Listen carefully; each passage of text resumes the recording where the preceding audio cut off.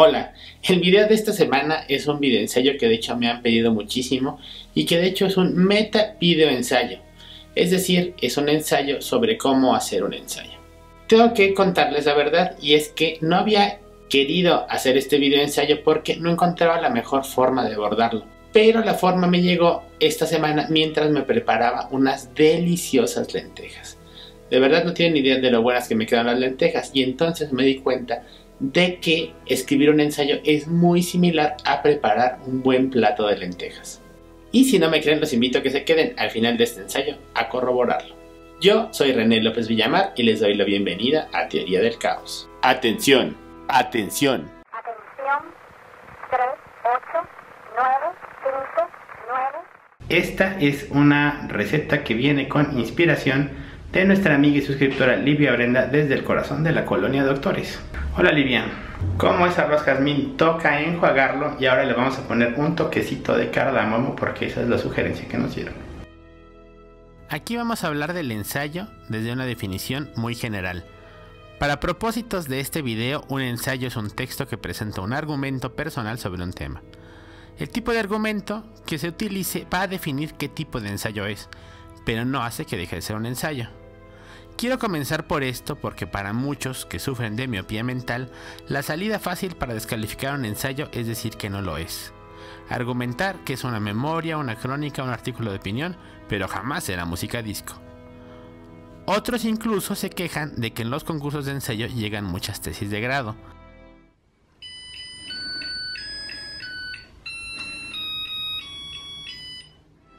Y es que desafortunadamente las tesis son ensayos.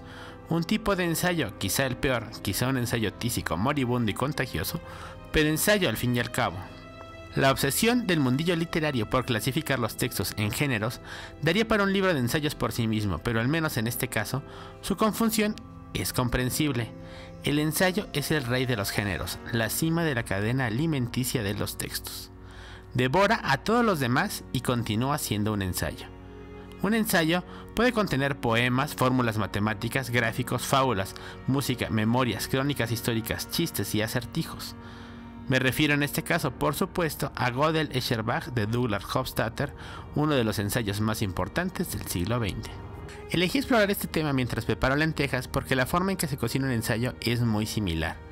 Primero, tienes que poner a tus ideas a remojar en agua.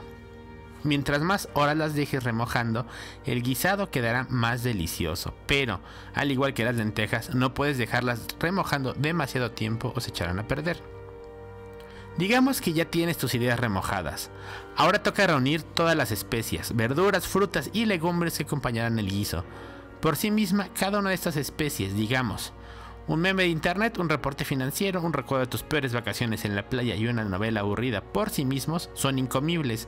Pero si se agregan en el orden y en las medidas correctas, le van a dar al ensayo un sabor espectacular. Luego que terminas de preparar todo, lo pones en una olla con agua, la pones a hervir y esperas a que se haga la magia de la cocina. En esta metáfora, la olla es tu propia cabeza, es decir, una vez que has mezclado tus ideas ya remojadas con los elementos externos que les vas a dar sazón, tienes que dejar que tu mente trabaje. Hasta este punto no has escrito una sola palabra de tu ensayo. Quizá ya hayas tomado notas, muchas notas si eres el tipo de persona que le gusta tomar notas, pero ninguna de las palabras que hayas escrito formará parte del guisado final. No te encariñes con la cebolla, porque para hacer lentejas hay que picarla. Lo mismo va a pasar con tus notas e ideas preliminares. Para cuando estés listo para hacer tu ensayo, serán distintas y sabrán muy diferente. Aquí, los manuales de redacción y tus libros escolares suelen mentir de manera escandalosa. Les dirán que un ensayo tiene 3 partes: introducción, desarrollo y conclusiones. Esto es falso. Solo miren un plato de lentejas y pregúntense cuál es el inicio, cuál es el desarrollo y cuál es su conclusión, para darse cuenta de que esta idea es una mentira ideada por la gente que no sabe ni prender la hornilla de la estufa. Identifiquemos mejor los verdaderos componentes de un buen plato de lentejas, que son los mismos que los de un buen ensayo. El primer componente es el aroma, que en el ensayo algunos autores llaman el anzuelo, porque es lo que atrae o no atrae a un ensayo a un lector. Así como el aroma de un buen plato de lentejas nos hace salivar, un buen anzuelo en un ensayo es lo que nos invita a leerlo. Uno de los ensayos más famosos de David Foster Wallace, Hablemos de langostas, que se publicó originalmente en una revista de cocina, usa como gancho una reseña del Festival de la Langosta de 2003 en Maine, pero en realidad quiere hablar sobre los problemas éticos de hervir a una criatura viva solo para que sepa más rica en un platillo. Vamos a probar usar esta cámara. Vamos al centro. Vamos al centro de la pagoda al final con un amigo de Aguascalientes. Encontrar un buen anzuelo es más sencillo de lo que parece. Tanto una canción de Bad Bunny, un árbol lleno de zapatos abandonados, como una fotografía de tu bisabuelo pueden ser un buen punto de entrada. Como buen cocinero, debes crear un aroma que a ti mismo te guste y que sepas que les gustará a los demás. Si tratas solo de agradar a otros, pero no a ti, si no te gusta el aroma de tu ensayo, bueno, no esperes que nadie más lo quiera probar. El segundo componente del ensayo es su sabor. Ese sabor está hecho de los argumentos que tiene tu ensayo, sí, pero también del estilo que utilices. Además, ese sabor tiene sorpresas. Justo como en un buen plato de lentejas te encuentras de pronto con el sabor dulce de un trozo de zanahoria o un jugoso pedacito de papa, en el ensayo debes encontrar momentos que rompan con la monotonía del argumento principal, sin importar qué tan bueno sepa por sí mismo. El tercer componente del ensayo es el nivel de satisfacción, es decir, si vas a pedir otro plato o te vas a quedar a la mitad. En el ensayo, como en las lentejas, es el componente más importante. Me voy a extender un poco. Un ensayo tiene que retar a la tranquilidad del lector, lo tiene que hacer salivar, tiene que hacer que se haga preguntas a sí mismo y al platillo y que, para comprobarlas, tenga que servirse otro plato, es decir, investigar más sobre el tema y hacerse su propia opinión. Un buen ensayista hace que los lectores reflexionen sobre la lectura y quizá que tengan que soltarse un botón del cinturón. El cuarto componente es su valor alimenticio. Todos los días nos venden sabores deliciosos que en realidad solo nos engordan y nos dañan el hígado. En el ensayo, si no se cuidan los ingredientes, puede pasar lo mismo. Un maestro ensayista, como un maestro cocinero, puede darnos a probar lo que sea, pero va a buscar siempre los mejores ingredientes y los preparará con cuidado. No olvidemos que un ensayo siempre lleva un punto de vista. No basta dominar la técnica, también debemos pensar que ese punto de vista vaya con nuestra ética y nuestra moral. No vendamos cualquier argumento solo porque podemos cocinarlo. Hasta aquí he hablado de los componentes del ensayo y te he dado la receta. Ya puedes hacer un ensayo. También ya sabes cómo saber si es un buen ensayo. Basta con probarlo. El problema radica, claro, no en cómo cocinar un ensayo, sino en cómo cocinar un buen ensayo. Y no te voy a mentir. Al igual que con las lentejas, la única forma de aprender es cocinando. Afortunadamente, a diferencia de las lentejas, si el ensayo sabe mal, no tienes que tirarlo todo a la basura. Quizá algunos ingredientes puedan salvarse. Revisa cómo preparaste el platillo, pruébalo y piensa qué le podrías agregar o quitar para mejorarlo. Quizá el problema no esté en los ingredientes, sino en la forma en que los utilizaste, o en la cantidad. Repite los pasos. Pon a remojar, prepara, pon todo en la olla a cocinar y escribe de nuevo. A nadie le salieron bien las lentejas a la primera y con tu ensayo pasará lo mismo. Después de unos cuantos intentos verás cómo mejora mucho. Por supuesto, todo esto lleva tiempo. Si tienes que entregar un ensayo y lo dejas todo para un día antes, no habría tiempo para remojar las lentejas, menos para probar variaciones de la receta para ver cómo queda mejor. Y quizá, está de más decirlo, pero para escribir un buen ensayo como para cocinar, vale la pena leer otras recetas y probar los platos de otros chefs. Y aquí, y a diferencia de con las lentejas, para nuestra suerte, leer ensayos no engorda. Ese momento final en el que hay que reacomodar los elementos de un ensayo para decidir su forma final es en realidad donde se va gran parte del trabajo para elaborar un ensayo.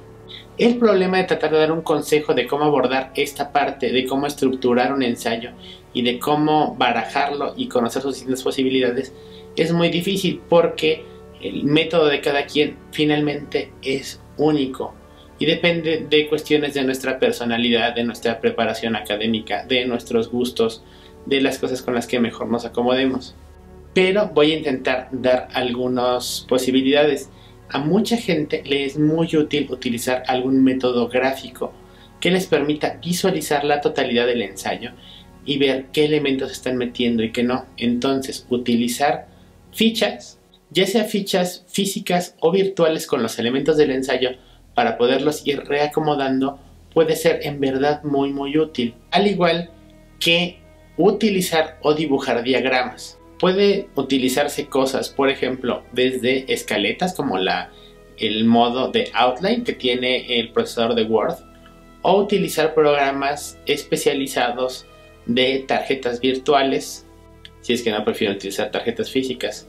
Hay dos programas que les quiero recomendar, que son los que yo siempre utilizo cuando tengo que abordar ensayos ya de una longitud de más allá de 15 cuartillas. Los dos los hace la misma compañía, que se llama Literature on LaTeX. El primero es Scrivener, que es un programa justamente que conjunta elementos para escribir y elementos para hacer escaletas o para barajar tarjetas de trabajo, fichas de trabajo virtuales, que en verdad es una maravilla.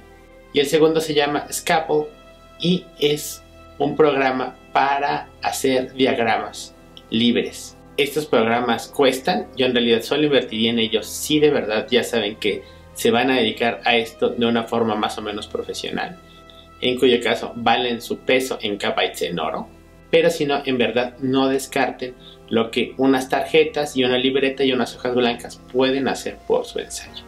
De ahí en fuera, y justo como platiqué, creo que es muy importante que si van a escribir ensayos, lean muy buenos ensayos. Yo les voy a recomendar ampliamente, por supuesto, a David Foster Wallace, a Sadie Smith, a Annie Dillard, a Susan Sontag, a Christopher Hitchens, a Chuck Klosterman, a Nick Hornby, porque si no han leído a estos autores, créanme, se están perdiendo de las maravillas que se pueden hacer con los ensayos. Y con esto quiero terminar el video de esta semana, no sin antes agradecerles que se hayan quedado conmigo una semana más aquí en Teoría del Caos. Y les agradecería que si les gustó o les resultó de utilidad este video, me regalaran un like. Con cada like que le dan a este video, un fanático de Alfonso Reyes descubre la obra de David Foster Wallace. Pero todavía más que un like, les agradecería mucho que me dejaran un comentario. Me gustaría sobre todo que me contaran cuáles son sus ensayos favoritos y por qué lo son. Pero si solo me quieren hacer saber que llegaron hasta el final de este video y no saben qué comentar, siempre pueden escribir. Todo lenguaje es de índole sucesiva. No es hábil para razonar lo eterno, lo intemporal. Palabra de Borges. Y eso es todo. Cuídense mucho, los quiero y nos vemos aquí la próxima semana con más Teoría del Caos.